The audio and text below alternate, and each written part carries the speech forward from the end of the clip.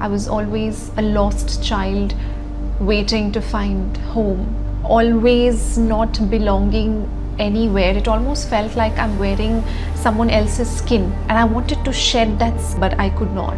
And at 23, when my parents decided to break the news to me, my initial response was rage, betrayal. 23 years of unbelonging, seeking answers, misfit. And the hardest part, Natasha, was playing the role of a therapist during this time. Sometimes you're not meant to know the answers because the answer is supposed to come from within. Sneha was fine. Sneha was a therapist. Sneha is earning good money. Sneha is fine. Vasanta is raging to come out. She is in pain. She is angry at me because I never looked at her. This is the first time I'm actually sharing my real name with another human soul. So did Kali soothe you or did it break you open? Break me open in 100 different parts. The home is not this city, the home is not this Not relationship, the home is not this company. The home is somewhere else. Yeah. It's truly within. Make your own home. How is Wow. magic occurring in the life of Sneha now after this entire journey?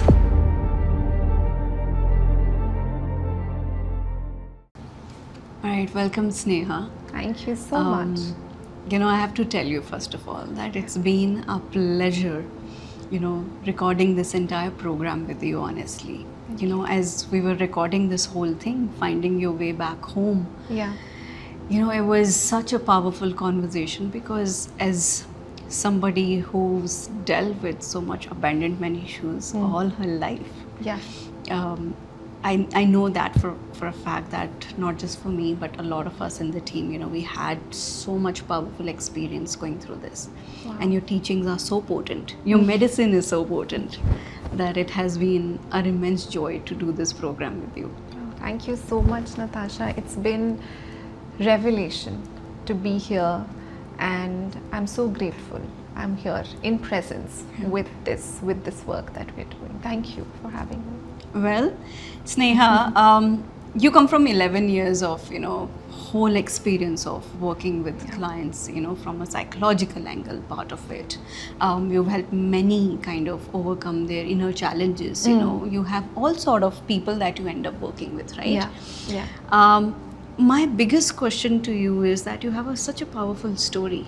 You know, there's when we first talked, I remember, you know, having that dialogue and you were so open and vulnerable by sharing that. And, you know, we're always looking for that, what made this person, you know, serve this, serve this medicine. Right. And they say a medicine arises from our greatest wounding. And I would really like to talk about that.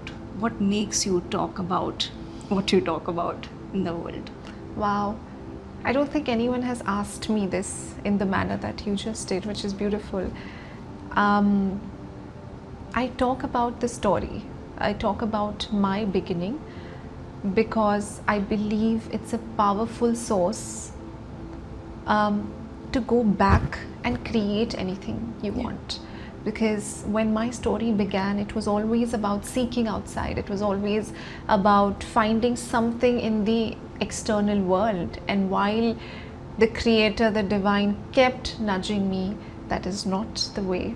But I was a stubborn child who never listened. And I went on a quest to find this answer outside. And I was hell-bent that I will find it outside. But to my surprise and awakening, it was nowhere to be found. And that journey for me was such an eye-opener because I was always lost. I was always a lost child waiting to find home. A lost child just running about the ground, not knowing where to go, always not belonging anywhere. It almost felt like I'm wearing someone else's skin onto me. And I wanted to shed that skin. I wanted to remove that layer of clothing, but I could not. So this journey made me realize that it is not the clothing, it is me. it is my truth that I have to accept, that I have to honor more than anything, because there was a reason this story existed. There's a reason this story happened to me. Sneha, I mean, it's, you know, a lot of us deal with abandonment wounds in our own right. Yeah. I remember when I was, you know, in my teenager years, my mom told me that she was about to abort me when I was in her, you know, womb. And a teenager self was, you know, my teenager self, you know, I had to go through a mix of emotions Yeah. with that whole feeling. Yeah. And that piece of information made me feel a certain way. You know, it made me feel, and I know this is a story of many, many women, Yeah. especially in India, wherein if you're a girl child, you know, there is either you get, you know, you have a very different faith. Correct. And when we grow up and when we become women, when we enter womanhood, it acts out in such weird ways, such conscious and subconscious ways, in abandonment wounds. It shows up in our work, it shows up in our relationships, it shows up in our relationship with our own self. And I know your journey is arising from that. Would you like to talk about it? Yes. And I resonate with it so much because I'll go back to the beginning. I'll go back to the time when I was in the womb. Yeah. And I realized this reality much, much later, that when I was in my biological mother's womb, I sensed discomfort. I sensed lack of safety. I sensed unwantedness, that I wasn't planned, that I wasn't there by joy, that I wasn't a choice two people made. And then when I entered the world, my biological mother kept me with her for about 2 months, and then gave me up for adoption. So 4 months I was at the orphanage, and I was taken care of by a lady at the orphanage. And at the 4th month of me being at the orphanage, I was about 6 months old baby by now. December 25, my parents adopted me, and I was welcomed home. And just talking about these 6 months as a baby, every learning for me was cellular. And as a 6-month baby, till I got to know I was adopted, which was the age of 23. Wow. From that baby to the 23-year-old self, I had everything. I had love.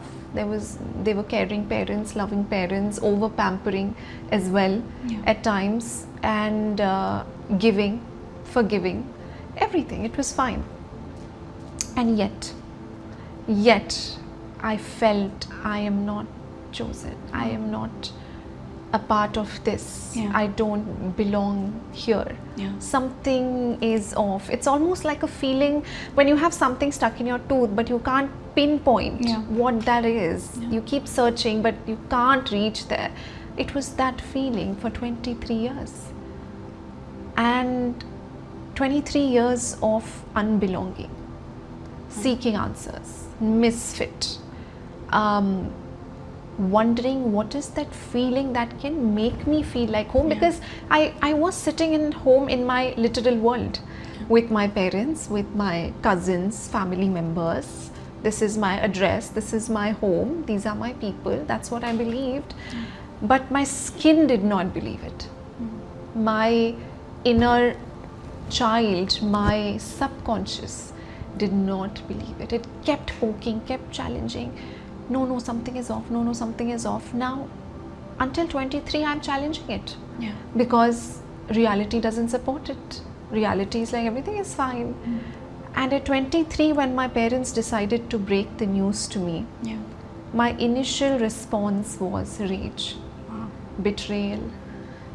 Towards your parents? Towards my parents. Towards my parents.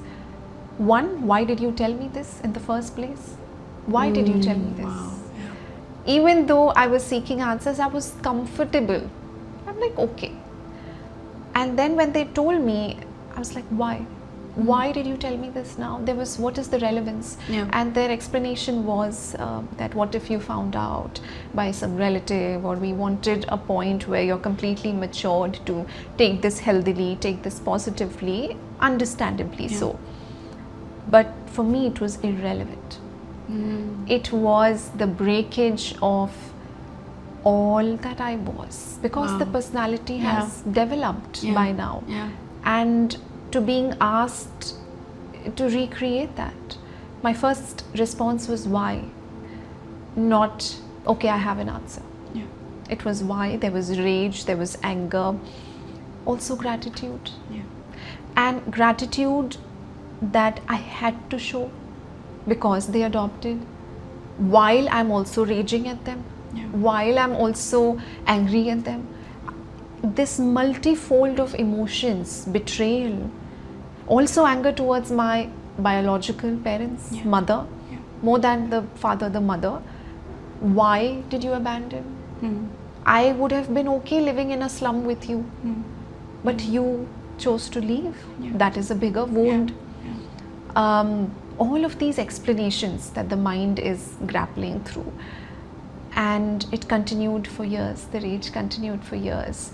I tried to find out also about my birth parents. Another layer of anger, that my current parents did not keep any information about the birth parents. Anger about that.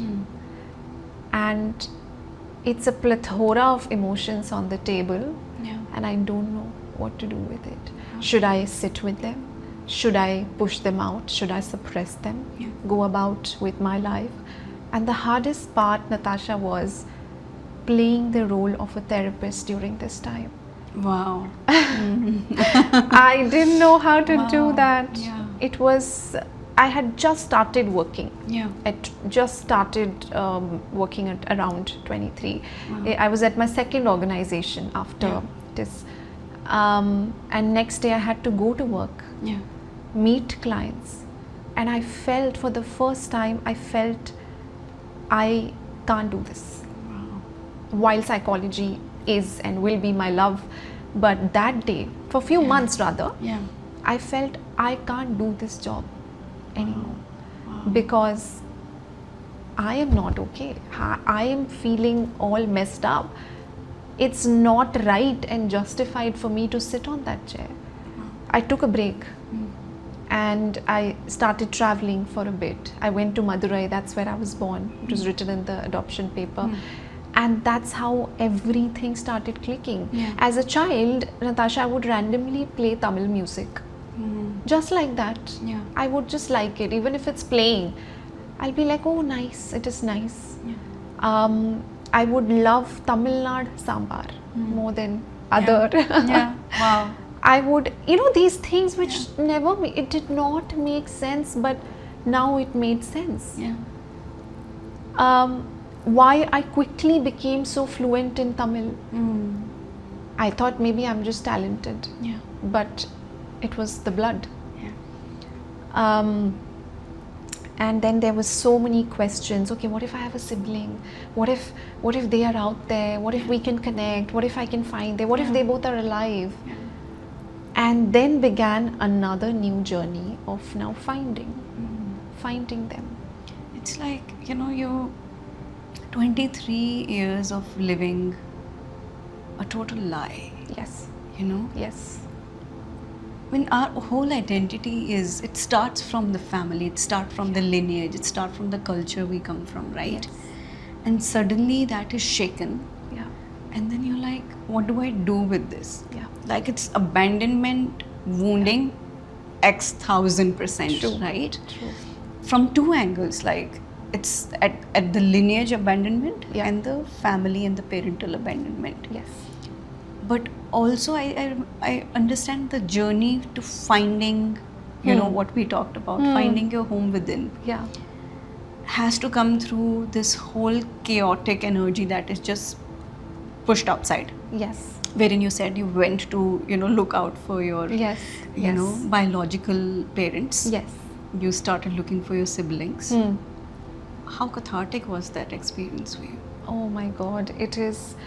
I remember landing in Madurai, Yeah. and I took a bus from Bangalore. I reached there, and it's my first time in Madurai. Yeah. I've never. Why will I even think of it otherwise as Yeah. well? And even when my parents showed me the paper, until then I didn't believe it. I thought they're cracking a joke. Wow. And it wasn't a great start to how they revealed the information, because probably they didn't know. My mother was crying, worried I will leave her. Wow. And my father was asking, have you handled cases like this? Wow. And then breaking it to me. So I'm like, what? I genuinely, for the first 10 minutes, thought this is a joke, and now we all will laugh together about it. While all that happened, when I landed in Madurai, the first feeling was, this is not new. I have been here. Yeah. And that feeling got escalated when I visited the Meenakshi Amman temple. I'm like, okay. Yeah. It is a tourist place as well. People from all places come there to Yeah. visit, and I'm like, Yeah. that is the first place I want to go, because I have some complaints Yeah. that I would like to address. And I had a friend who was also with me. He was showing me around. He was from Madurai, and you will not believe this. I don't know how many people will believe this, but the person who helped me, his name and my name in the adoption paper is the same. Wow. There's only one letter difference. That's Wow. it. Yeah.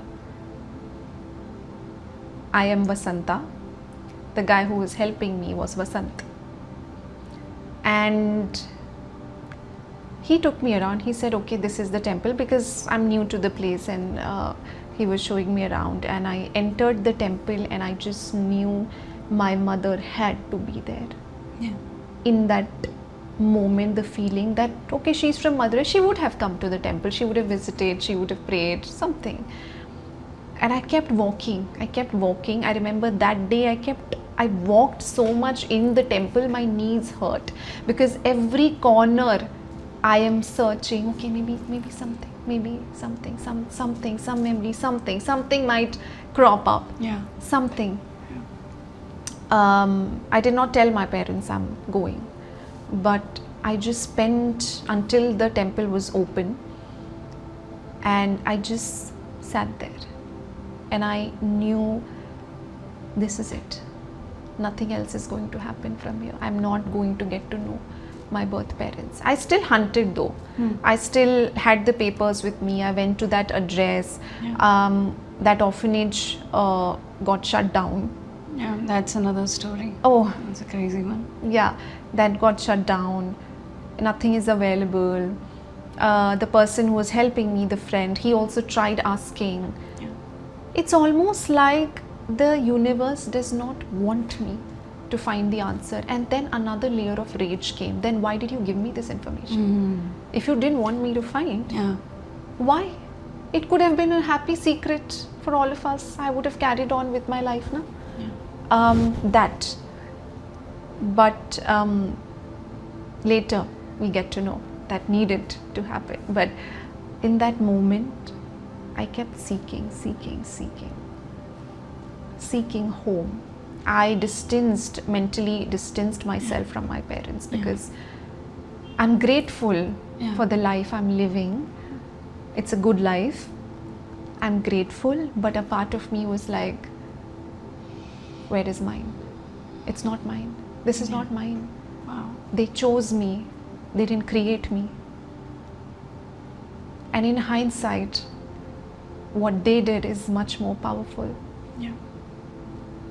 But in that moment, as the 23-year-old, 24, 25, and it went on for a few years, that journey was excruciatingly painful, because every day now, Natasha, I was questioning everything. Yeah. I used to believe I look this way because my mother looks this way. And now I'm like, I don't know. Questioning everything. Yeah. And the lie for all these years. I remember asking, as a baby, as a toddler, when you turn on the bed and then you get up on your own, for the first time when a baby does that. I asked my mother and she gave some answer. And now I felt, why? It was all a lie. Yeah. You didn't know how I turned as a toddler. The lady in the orphanage will. You didn't. Yeah. So these layers of anger towards everything, towards God, towards myself. What's going on? It's such a powerful, first of all, thank you for being so vulnerable and, just sharing that. And I know so many would resonate with that feeling of that your whole reality being shaken up in a certain moment, right?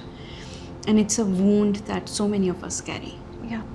Of core abandonment. Yeah. Why me? What was my fault in this whole process, right? Yeah. And unfortunately, some of us stay in the resentment mode for years because that story has become a reality to a full extent and we can't get over it. Yeah. Right? And that's where we've also kind of been talking about this whole program, because you've been able to do that for yourself so beautifully that now you finally say that the home is not an external thing, it's an internal thing. Yeah.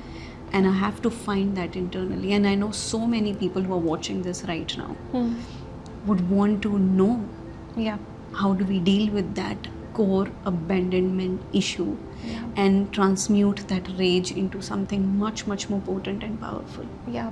Which you have done so beautifully and so gracefully. I know the journey it's not easy. Yeah. I know it has not been easy, but let's look at this from a more psychological lens. You being a psychologist yourself, right? I mean, your dad asked you that question, that have you dealt with, cases like this? Yes. Let me ask you, how did you deal with this from a psychological lens? Yes. So, from a psychological lens, there is a very nice explanation for this.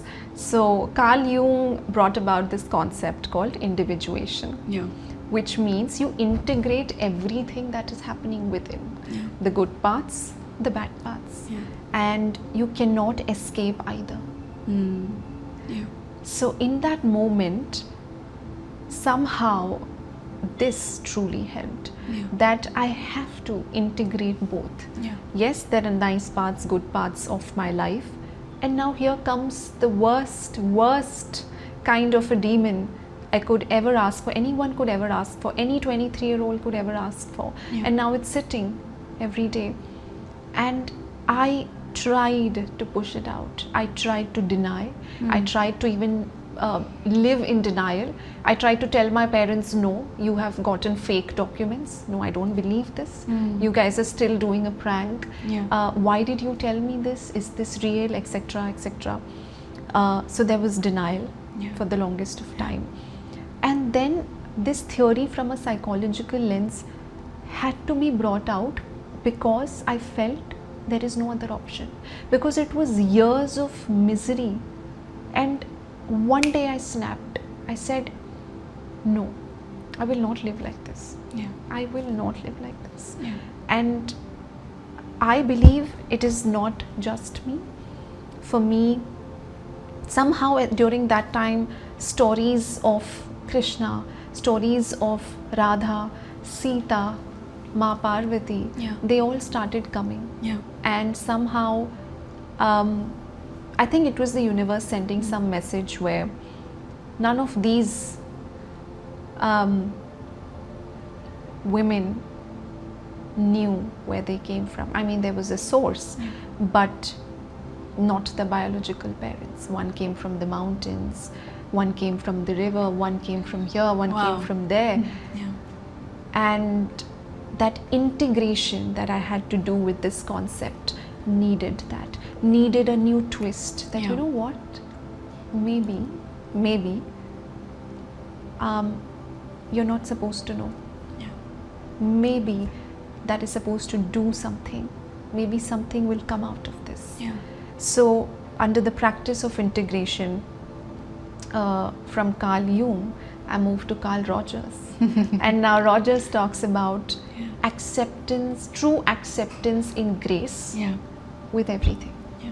With everything. It's a very humanistic approach. So you humanize everything. You humanize the trauma. You humanize the pain. And I was able to do that for my parents. Humanize them. Yeah. That helped. That second step helped. Yeah. Even the current parents. And I looked at them that, okay, maybe they did not take that information because their parenting would have affected. And this did not come to me. I met someone who was also adopted, and I explained, I have this anger, I'm angry at them. They should have at least got some news, some information. And then he just responded, but what if it affected their parenthood and they didn't want that? And that sort of dissolved a lot of things. So humanizing even my biological parents. Maybe it was a young girl not ready. Maybe it was a young girl not wanting it. That's okay. That's okay. Maybe it's an absent father. So all of these, under the aspect of humanizing, we create relationality also. We create that, okay, maybe these aspects were there. So all these concepts soothed me. They did not heal me. Soothed me. Okay. Okay. A little cushioning came, that okay, theek hai. Some cushioning to this chaos that I was going through. The way I've been, like you very beautifully said in the conversation we had previous to this, is that sometimes you're not meant to know the answers, because the answer is supposed to come from within, and that's far more potent. Yes. You're supposed to create your own answer. Yes. And I know of so many people when we're dealing with abandonment issues, right? Even though we start kind of soothing it out, the residue comes out in every shape, form of our life. Yes. Yes. It just filters out, and sometimes in really ugly ways. So while psychology helped you soothe, what transmuted it fully for you? Let me take a deep breath before I answer that. Because I believe psychology is good. It's my personal belief. Anyone can disagree with me. I mean, you're a psychologist yourself. I have a belief that psychology is a good soothing mechanism, and a mechanism to understand things, our patterns, behaviors way better. It helps us to get into a self-awareness state. But there's something else that comes in that has to fully blow it out of the whole picture and kill the story to create a new story. Yeah. There were many killings it took. It wasn't a one slash at all. It was a death by 1,000 cuts. Oof. Truly.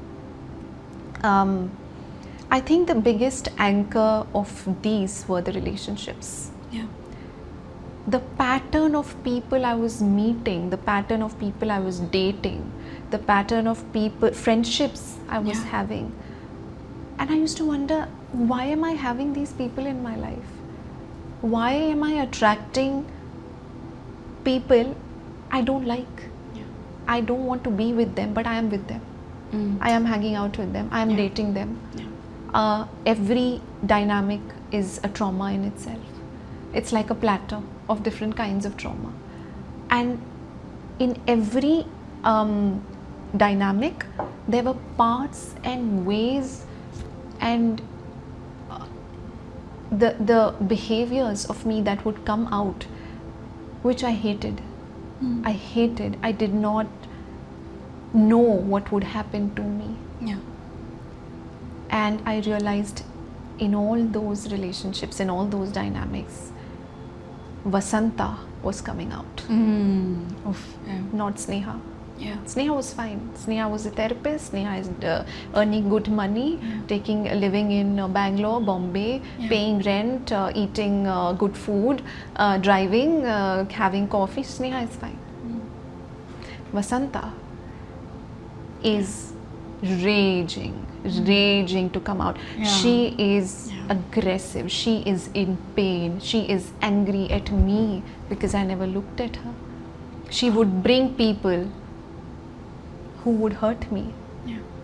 And Vasanta was like, people are not the problem. You are. You are not looking at me, how hurt I am. And this is the first time I'm actually sharing my real name with another human soul. And I just intuitively felt like doing it because I just felt like, and that part, we say in psychology, we say inner child healing, inner child work. For me, Vasanta was hungry, craving. She was devoid of everything. The most basic thing. Most basic thing. She was devoid of mother's milk. She was devoid of mother's care. She was devoid of the first few basic comfort that a child is supposed to get. And Vasanta kept screaming. The adult did not listen until she screamed so hard that I collapsed. And when I say I collapsed, there was this series of relationships and people who had hurt me to a place beyond pain. And I used to wonder, and the conflict would arise, but I'm such a good human being, I'm a nice person. Why are people hurting me or thinking about hurting me? It's so easy to fall into the victim trap when you are in that, right? Yes. Like you're not, like when we think about Vasanta, at the core she's this little girl who just needs the most basic thing. But since she didn't get it, she's acting out. And in many of our life, in our patterns, we witness that, right? At the core, our belief is we are good humans. We can't hurt somebody. Right. But victimhood is also a state. True. Everything is a two-way street in some form or the other. I mean, I'm not saying that if you're in a bad, abusive relationship, it's your fault. But somewhere, we need to understand the role that we play in our own suffering too. Exactly.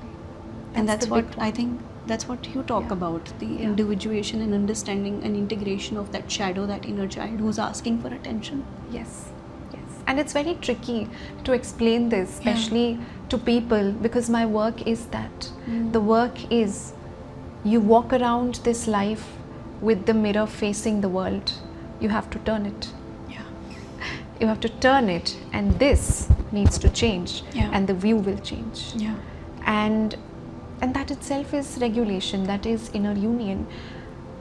And that Vasanta in every relationship was asking for love, asking for attention, asking for time, asking for space. Be this way so I can feel this. Act this way so I can be loved like this. Perform this way so I can feel something. And I remember there would be these bouts of time where the adult self would feel so conflicted, because the adult self is intelligent. The adult self is regulated. She's fine. Adult self is doing all right. But in moments of decision making, in moments of choosing, she arrived. And I would think, but why am I not taking care of my health? Why am I choosing an abusive partner? Why am I choosing somebody who's so misaligned? And I'm continuing to stay with them because there is comfort, until I looked back at her. So there was series of failures, series of losses. And I realized I don't want to live like this anymore. Enough I have lived like this. I have cried for hours in my puja room. I'm like, मुझे ऐसे नहीं जीना. I don't want to live like this. I am done. I am done. I remember before the deities appeared, just simply looking up to the sky and saying to the universe, I am done living the way I have lived. Yeah. I am ready. Walk me through fire. I will pay it. I will walk. But I will not repeat this. And I think with that declaration and that oath to myself, I think that was the first time Vasanta quieted down a little bit. A little bit. Yeah. And then from there it was going back to her for everything. Wow. And now together we dance. I mean, Sneha, it's I know so many of us are resonating with it. Maybe not the exact story, but we have felt what you felt. Yeah. And there is deep resonance that's happening right now. And you know what, something that I truly love, and you talked about that in the program also, you know, finding the home within. Yes. You talked about something really beautiful, that, you know, the process is not about healing. You know, there's this terminology that is going around, heal your inner child, heal this, heal that. But you differentiate it in a very interesting way. You say that it's not about healing, it's about remembrance. Yeah. When you say that, what do you mean? Yeah. That it's remembrance. I'll start with something very controversial. I believe, personally I believe, and as a therapist, this is going to sound a little contradicting, but I personally believe you don't fully, completely, magically heal from the traumas. Right. You learn to live with it. Yeah. You learn to manage it, you learn to regulate it. It does not touch you anymore. It's there. Yeah. It's just there. And it doesn't dictate you anymore. It doesn't bother you anymore. And for me, that is the definition of healing. In the times that we live in, and even the clients who come, their expectation of healing is, I don't want to feel this. Take it out. Completely numb it out. Just remove Take this it from my out. life. Yeah. And I tell them, the first step is to feel it. Yeah. Which is the tough one. Right. And because if it doesn't start there, then it doesn't go anywhere. Then again, we are just simply suppressing. Yeah. So this is my definition of healing, I feel. Now, when I speak about remembrance, every healing part has a need. There is a lack. Yeah. Right? Vasanta lacked love, basic care, need, basic protection. Yeah. Basic protection. Yeah. Basic hug, warmth. There was a lack. Her scream was the scream of lack. I lack all of this. Yeah. Right? So the journey becomes to provide. And then you provide all of these things. Yeah. How will you provide? When you remember her. So it is to remember each lack within. Where is this behavior coming from? Where is this wound coming from? Yeah. Because wound in itself is coming from a place of something is lacking. Yeah. That's why it's a wound. Something is missing there. So when we remember what is missing, we can fill it up. Yeah. We can fill that container. Yeah. So for me, Vasanta lacked everything. So I had to give her everything. Yeah. I believe I played the role of a parent way earlier than I have become one. To your own self. To my own self. And that remembrance has everything.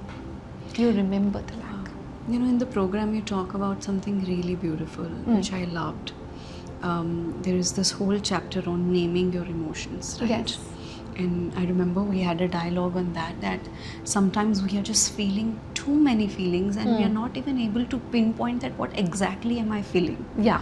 Right? Yeah. And in that whole chapter you talked about that if you start naming your feelings, your emotions, Right. you can deal with those emotions in a much, much more better way. right?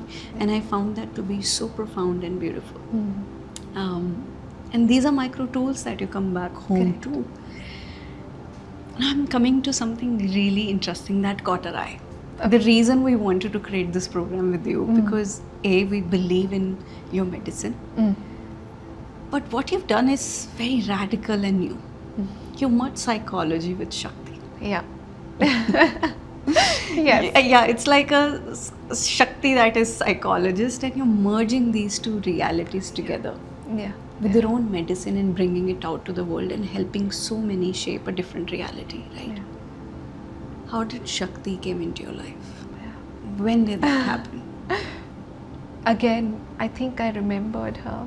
This also is a gift by Vasanta. Oof. I also believe she kept banging the door Yeah. for all her needs. And it wasn't just to fulfill these needs, it was also to, can you give me all of these so I can become what I need to be? Can you please do that? Yeah. So it was also a calling for her to rise more than me to rise. Yeah. And me beginning to speak about Shakti, talking about it openly, was after, I believe, a eligibility criteria fulfilled. And what is that? That was my sadhana. And I feel it came during my sadhana when I sat in my puja room in Bangalore, and I was chanting the Lalita Sahasranam, and in between that there was a voice. Yeah. Speak about me. Yeah. Speak about me in the way you would. Yeah. Not preach. Yeah. Not preach this prayer, not preach that prayer. No. Right. Speak in your language. Yeah. And I speak well in the language of psychology because I've studied. So I'm like, okay, can I bring them together? Yeah. And that's how I started writing about it. So I feel it is not me, it is the permission granted and the eligibility criteria may be fulfilled little bit that allows me to speak about this. And the kind of women who have entered my life after that, I am so grateful because all of them have this medicine. I haven't met one woman after this who isn't carrying magic. Yeah. They're carrying magic, they're just not looking there. Yeah. They're just not remembering it. Yeah. And this is precisely what I talk in each session, each group session, each offline session, everywhere I'm sitting, breathing, that you are carrying it. Yeah. You don't have to birth it. Yeah. You have it. Bas dekho, just look at. You've so beautifully integrated all these Shaktis and Devis, and we call it archetype in the program. You know, we've talked about Parvati. Yes. You know, we've talked about Kali. We talked about Bhuvaneshwari. We've talked about Lalita. We've talked about all these 4 archetypes and deities. Yeah. And every single time you're merging psychological understanding and that deity together, and then we are on this holistic journey to coming back home. Yeah. Right? Yeah. I want to know what is the significance of Parvati in your life like that. Yeah. In the journey like that, for any woman for that matter of fact. Right. Beautiful. And you know, just to add to that, even psychology happening was a mistake. I was not planning it. My actual plan was to pursue English literature and go to maybe New York or Yale and learn more about it. That was my plan. But psychology was another major I had to do. And the moment I started studying, it was love at first sight, I call it. And then I'm like, okay, there you go. My existence is now yours. So that's how psychology happened. Now today when I look back, I feel even that was written. The happening of psychology, because otherwise I could not have blended this. Because talking about the archetypes alone, anyone can do it. There are many amazing people doing it. There are books written on them. Now the archetype of Ma Parvati, holds such deep meaning to me, because Ma Parvati creates everything she wants. Yeah. She doesn't ask. Self-sufficient. Self-sufficient. She does not seek for anything in the outside world, not even from Shiva. She doesn't ask. And it's a metaphor that I use. She manufactures her own needs. She does not seek them from the outside world. And that's why she plays such a big role, because I can create, we all can create love, abundance, money, prosperity, success, everything we need on a human level, relationships, connections, we build, we don't ask. And with that, the magic is we are self-reliant, especially as a woman. Beautiful. So Ma Parvati helps with that. Beautiful. I mean, you very beautifully and lovingly talk about her as the daughter of the mountains. Yeah. Right? Like, when you first said that, I was like, oh my God. Yeah. This just, the essence of the daughter of the mountains is that it's so sthir in her own being. Yes. Yes. You know? She carries the essence of that sthirness, that subtle, somber reality. Yeah. That I can just be still and create my own reality around it. And I think finding home, that's why we're constructing that internally, right? It's the construction, internal construction brick that's by happening. brick. Yeah. Brick by brick. And then we went on to talk about Kali also. You know, I feel like there is so much Shakti that is rising globally. Yeah. There is conversation around all these archetypes and Shaktis that's happening, right? Yeah. I feel a lot of old goddesses are waking up in the Truly, world. truly. Right? To somebody who is not comfortable with this language of deities and goddesses, or maybe is new to it, Right, right. how would they perceive this? How can they enter this world of all of this? Yeah. So something that I follow in each of my session is I tell them, nothing about your work with me will be religious. Nothing about it. Yeah. I also only know about archetypes, deities from my experience. Yeah. I have not read the Vedas, but I will tell you how she helped me. Yeah. And I hope that helps you too. Yeah. What you can do to invite her essence in behavior, in everyday relationships, in how you're talking. And I practice this. What would Kali Ma do in this situation? Yeah. What would Kali do? Will she shrink? Will she apologize? Will she expand? Yeah. Right? What would she do? And that itself is the answer. It is so simple. And I always tell them, don't look at this that we are going to achieve something grandiose. Yeah. Nothing about inner work is grandiose. It is all subtle beneath the noises. Yeah. It is never a loud one. Yeah. So even Ma Parvati, Ma Kali, we only want their essence in today's time. And if we can just practice that, it's more than enough. It makes life simpler. So did Kali soothe you, or did it break you open? Break me open in 100 different parts. Shattered me into sprinkles, and broke me in ways I did not know. But she was supposed to. I called her, like, I'm ready.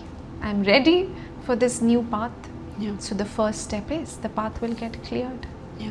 And I realized I was standing in my own way. So she broke me as well. Yeah. Yeah. She broke me in so many ways that the path was now completely open. Yeah. She broke my limiting beliefs, fears, and all came up up front. People, 7 years, 6 years of people familiar, life around them gone, losses, deaths happened, gone, and all so fast. At one point I felt I have to catch up I have to catch up Yeah. to everything that is going on, how much is happening. And then she's like, now we can begin. And I am drained, exhausted, almost like a dead body, like a corpse. Yeah. And I'm like, now I have to start. And then other deities eventually also helped with that. But Ma Kali took away everything. She's come so many times in my dreams, guiding, telling. And she's a strict mother. And I don't like strictness. She's a strict mother. And if I would want something, she isn't saying no, later, something better. She said no. I said no, no. You're not having this. Yeah. No matter how much I tried. Yeah. And I have to honor it. Honor. You know, it's so interesting that, you know, they say that Kali enters your life when you yourself are ready to. Either you are going to be open to the whole process of it, which also starts by, in psychological terms, you know, completely facing your own shadows. Yeah. And looking at your own role that you're playing in your own suffering. Yes. It's way easier to sit and, you know, talk about that story over and over again and pointing out everything that's happening wrong in your life to that story. Yes. You know? Yes. I see so many, I have done this. I've done this for years. Yeah, yeah, me too. You know, until Kali said, you know what? Shut up. Yeah. Yeah. Shut up. Yeah. And I know so many of people that are watching this right now would resonate with it, that there is a churning that is happening. Yeah. And we were talking about it, we're like, this program is for those who are truly ready to build that home within. Exactly. Who are truly ready to sit and face the shadow. Correct. And not just do the nice little soothing bit. Yeah. Yeah. Not at all. And it's not done in a very, you know, it's your grace and the beauty of the gift that you have, that it's not done in a way that's, let's just break everything down. Yeah. You've taught everything in such a graceful and beautiful ways, through nice techniques, through certain breaking techniques too, by the way, but very simple techniques that one can, you know, truly get onto this with a mental state, in a sadhana state, and say, you know what, I'm ready to look at that wound face to face. Yes. And I'm ready to work with it. And I know psychology is going to be there to help me. Yeah. The tools are going to be there to help me. The grace of the mothers are going to be there to help me. Yes. Truly. Truly. And that's what I love about this whole process, right? And after that breaking, Yeah. Bhuvaneshwari comes in. Oof. Yes. Truly. How do you take that Because, journey? yeah, because then you're broken, you're shattered. Yeah. And if someone has to literally imagine, it's like someone with a full body fracture, and it is in the same context. The inner world is fractured, the being is fractured, everything is fractured, and you can't even rush it. Yeah. Because it is in its own process. And at that point, I needed love, care, to be held, because Ma Kali came and helped me with the breaking of everything. Yeah. During the time with her, I remember she made me sit with each one of my fear, each one. Natasha, you'll not believe, Vasanta was even scared to be loved. Wow. She was scared. As much as she wanted it, she wanted that in abundance. Yeah. She was scared that, okay, even if it comes, will it stay? Or will it just come and go? And that acts You know? out as a self-sabotage, by the Yes. way, in our True. 3D reality as grown-ups. Yes. That we self-sabotage any good Yeah. thing that's happening for us. Correct. Correct. So true. Because when the good thing is arriving, you're like, we don't know. We don't know if we can handle it. What if, Yeah. right? All the anxious thoughts also come in. So, so she made me, Ma Kali made me sit with each one of these fears and be like, sit with them more. They will not win. They will not win. Yeah. I will not let them win. because they're also big in size, they're not small, they scare you. And when you sit with them, you go like, I don't know if I can handle them. But the more you sit with them, their form changes. Their age fears, their form changes. And you're just wailing and crying and crying. And with Ma Bhuvaneshwari, it was more of feeling of held. Okay, there's this new garden now. Yeah, it's clean, it's clear, fine. Now we will plant little seeds. Where do we want to begin? My first response was, I don't want to be scared of anything. Anything. Person, place, situation, circumstance, storms of life, nothing. I don't want to be scared. And from there, every step had to come in behavior also. Because right now it's just here. I took a few decisions, which I call them fearless, that needed to be taken. Decisions that needed to be made. And I'm like, because I want to experience the fearlessness. We can't only speak about it. So that comes in the actual life decisions every single day.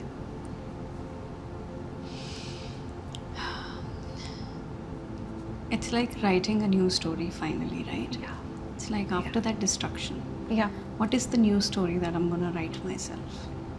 Correct. And you know, my teacher says that we humans are the stories, and we can never stop telling stories. Yes. But if you're going to tell stories, tell a better story. You know, tell a better one. Construct a better one. Build a better one from within, and it would reflect in every area of your life. And it's not just soothing anymore, it's a construction of a new reality of your being. Wherein Vasanta and Sneha are so beautifully integrated with each other that their being becomes the essence of the deity herself. You know, we talked about all these 3 deities so far. You know, I have to give you a compliment first. You know, your grace reflects the grace of Lalita. It truly does. You know, and I know we were talking about psychology and all of that, but you truly reflect her. You know, and what is Lalita? What does Lalita do to a woman when she's integrated? When the Shiva and Shakti union has happened, when that individuation has happened, how does that look like? Wholeness, completeness, not needing anything from outside, even love. On a human level, we aspire for so many things, which is fine, but I think now with that integration, I don't want, I'll create that love, that opportunity, that care. I'll create. And I think with me, that integration has built a beautiful relationship with me and Vasanta. So I have my childhood photo of me near my study table. And every day there is a conversation happening with Vasanta. How are you doing today? How are you feeling? It's always a conversation with her. Now any decision I make, I check with her if she is okay with that. Because her safety is non-negotiable. It's bigger than my own. Because she needed that, so I will give her that. And everything else comes after. Comes after her. I have made her a promise. As long as I'm alive on this planet, she will always be kept first. Every person entering my life will honor her first. Big one. Big one. Because nobody can love her the way I do now. Nobody. And in honest, it sounds like I am doing. In truth, she has given me these. And Ma Lalita has played such a big role in this. Ma Lalita also healed. She also worked through my self-worth. Yeah. Because Vasanta had the issues of self-worth, that okay, was there something missing? Yeah. Because this happened. Yeah. Ma Lalita took that away. I had image issues, body issues, and somehow I also had people who added to that. Yeah. In fact, very recently there was a statement made by a gentleman about my body. That gentleman is and never will be part of my life anymore. Yeah. And that's a response for Vasanta. Yeah. That she will always be kept in areas that where she can feel safe, grow and dance how she is. Yeah. So, and as a child we used to have house parties my dad would throw, and the child part of me is dancing to Govinda songs and Salman Khan songs and so free. And me and her now do that together. This is Ma Lalita. The body issues, the shringar, all of it is her. Yeah, it's like we say Lalita, she's the playful one, right? Yes, yes. And after all that drama of our life, of our reality, she comes into our life and she goes like, you focus on me and I will take care of everything. Yes, yes. You play. You go and play in the world. Now the playing is not just literal playing. Correct. It's not just literal joy, but it reflects in the way we perceive this reality. Correct. We perceive our old wounds and stories too. And it's not soothing also. Yeah. It's like this deep inherent knowing that I am taken care of. Yes, yes, yes. True. I'm taken care of. I don't need any external validation. I don't need any external party. While having said that, sometimes people misunderstand when women talk about it that I don't need that external validation or party. They think that they've detached themselves so fully that they don't need anyone. We talked about it also. Yeah. That the conversation is not about that. The conversation is not being attached to it. Yeah, exactly. Exactly. The conversation is saying, if you, like how you very beautifully said, that if you give honor to my Vasanta, I will be fully there for you. Yes, totally, completely.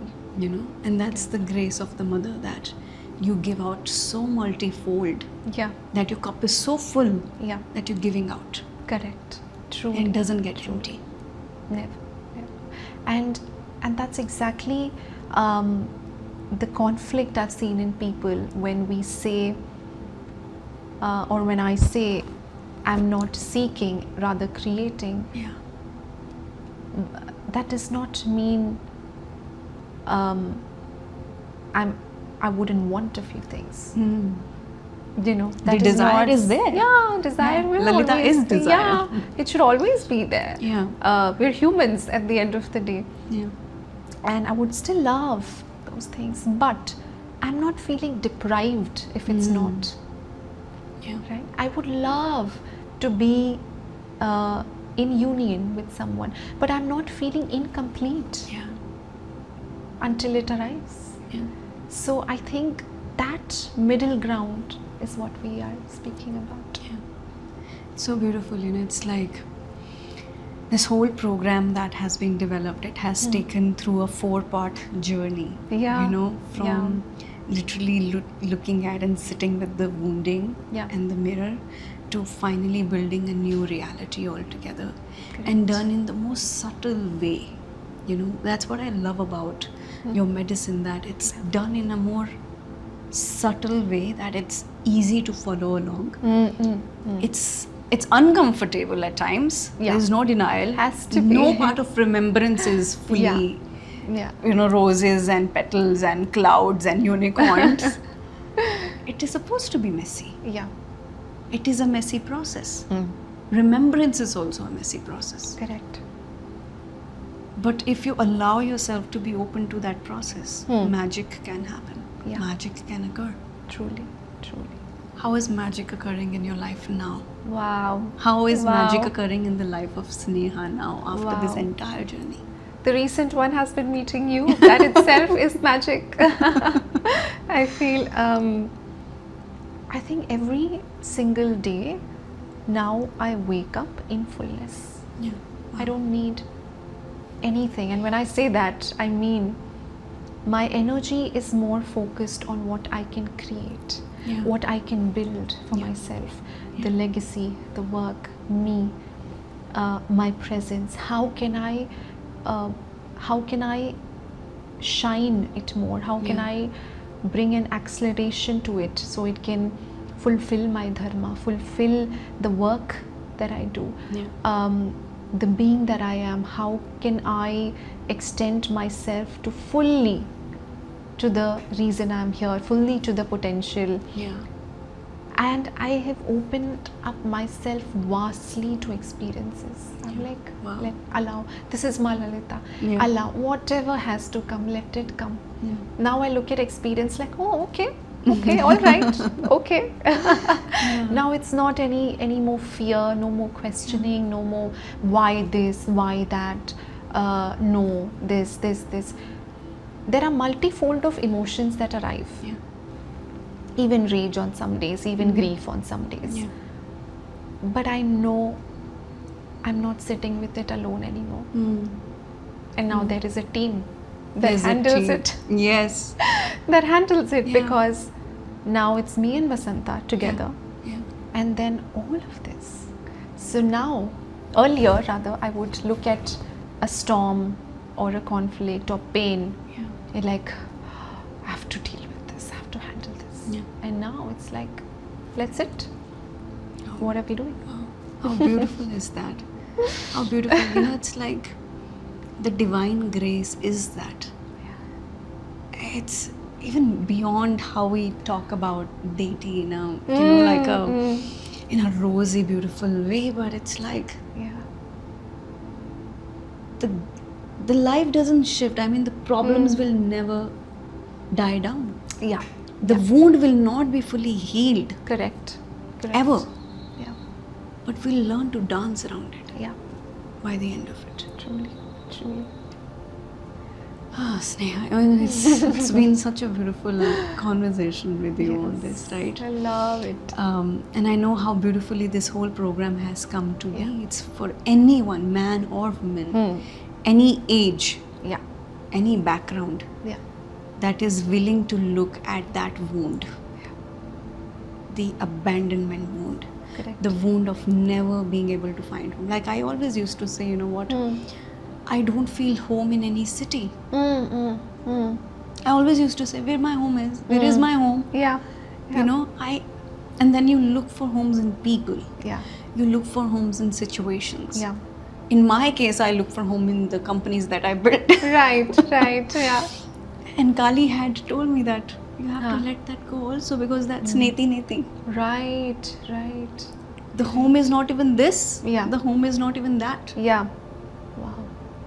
It was, the home is not this country, the home is not this city, the home is not this Not relationship, the the home is not this company, the home is not this idea you think of yourself is. The home is somewhere else.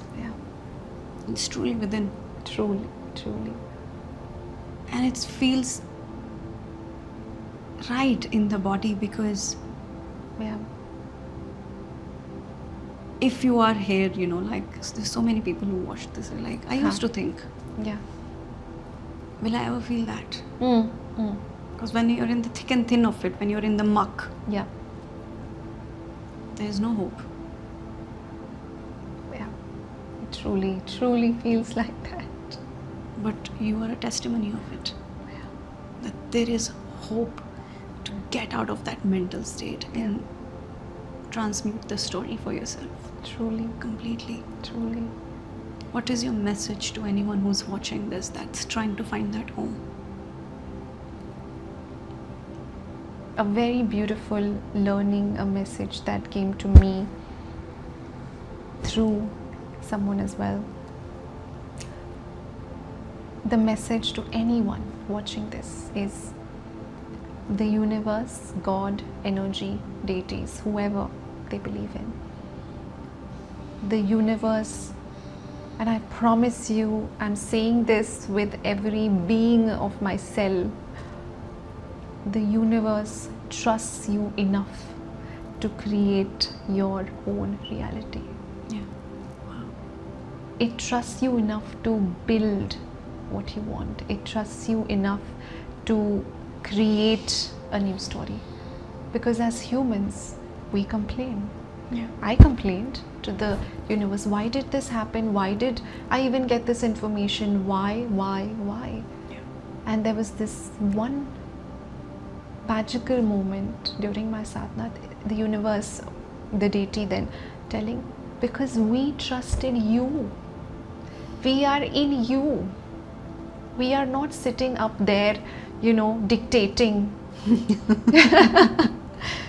You and I are one. Yeah. So we trust you enough to create your story. Go make. So anyone watching this, create your own. Anything you want. Beautiful. Make your own home. Make your own home within. Yeah. Wow. It's been such a heartwarming conversation. Truly. It's been and I know the program has come out so beautiful, and I was there for the shoot, and I remember it was just bringing out medicine after medicine, and I know that it's gonna help so many out there. It's gonna help so many do that. So thank you for sharing your medicine, Sneha. Thank you for sharing your story and being so vulnerable and open to share that. Yeah. It's like our greatest wound is our greatest medicine. Truly. Truly. Everything I feel is a way of the creation of that medicine. Yeah. Every experience, everything. But thank you for having me, and for me to even open about this part of me so well. Open about my real name for the first time. She's very happy, by the way. I love the name. I love that. It's such a beautiful name. Yeah. It's such a beautiful name. Yeah. And she and me both are very happy, and thank you for having me. Thank you so much, Sneha. Thank you so much for doing this with us. Thank I you. know this is going to reach many and the Yes. right people who need to hear this conversation right now. True. So thank you so much for Thank doing you. this with us. Thank you.